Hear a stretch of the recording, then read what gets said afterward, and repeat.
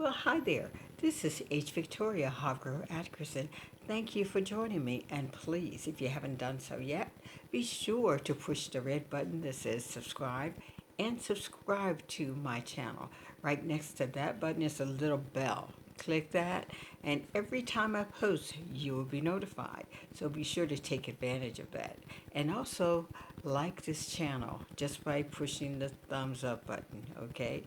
Now, just a little bit about myself because there have been a lot of questions about who I am as a writer. So I've been, over the past few weeks, I guess I've been answering those questions and trying to make sure that people understand the style of writing I do. I'm a romance novelist who loves history.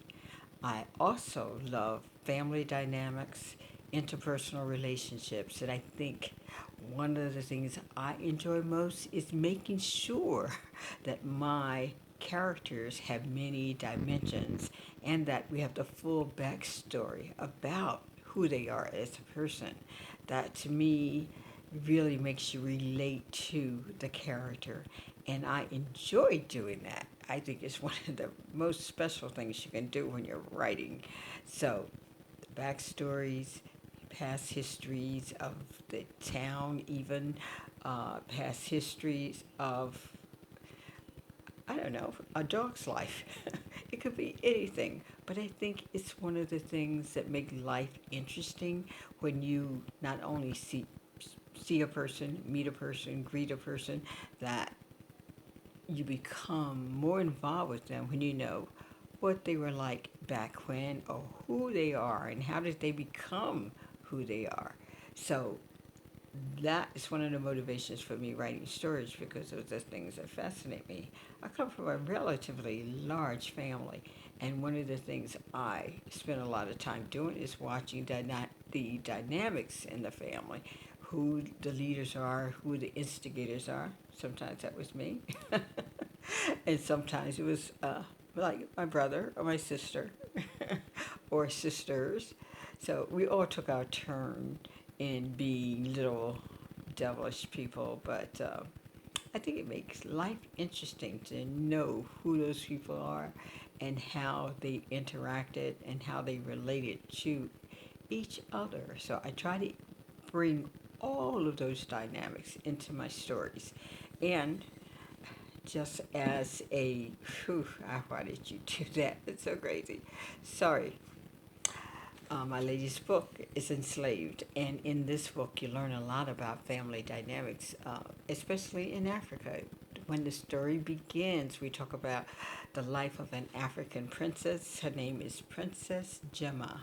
So we learn about her story, we learn about her family, we learn who her family is and their position in their village. And we also learn about the villages around her and the environment around her. And I think it's one of the things that really helps to situate the story because we talk about the life of Africans before they were enslaved. One of the things I try to make people remember and tune into is that those people that were stolen from their families and stolen from their homelands, those people were talented, skilled people. Did not come here unskilled and with no knowledge at all.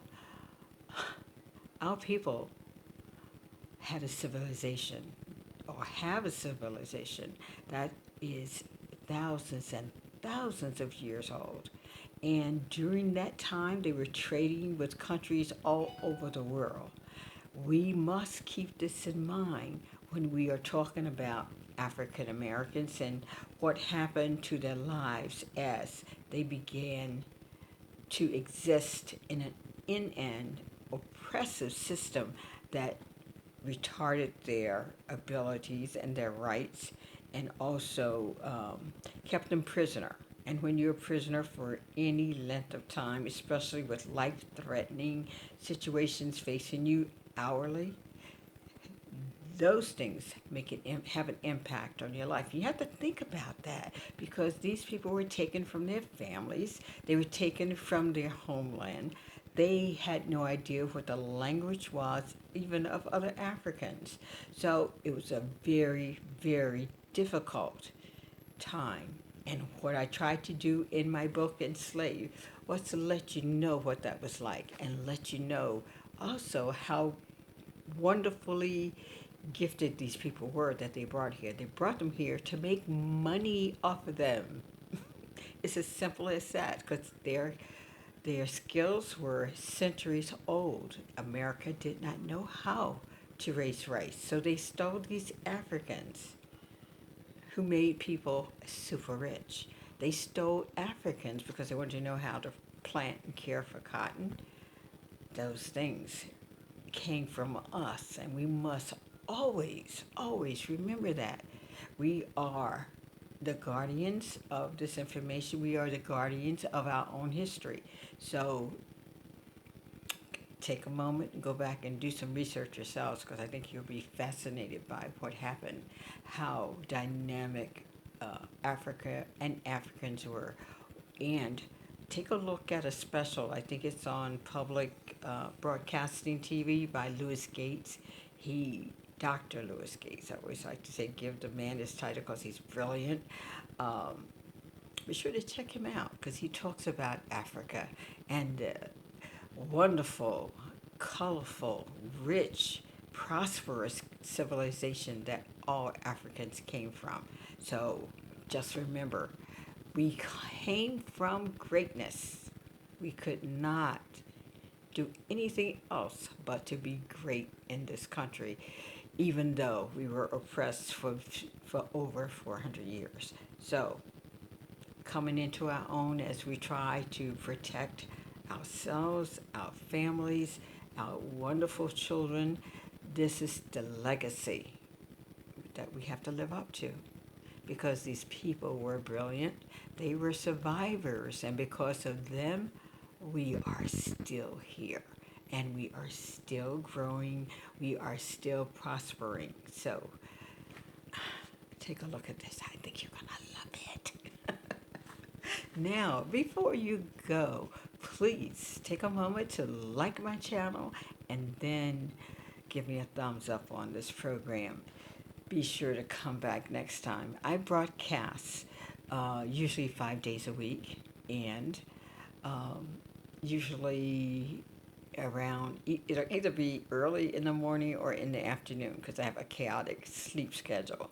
And right now I am in the middle of doing a summer camp on African studies and African history with the Asala group.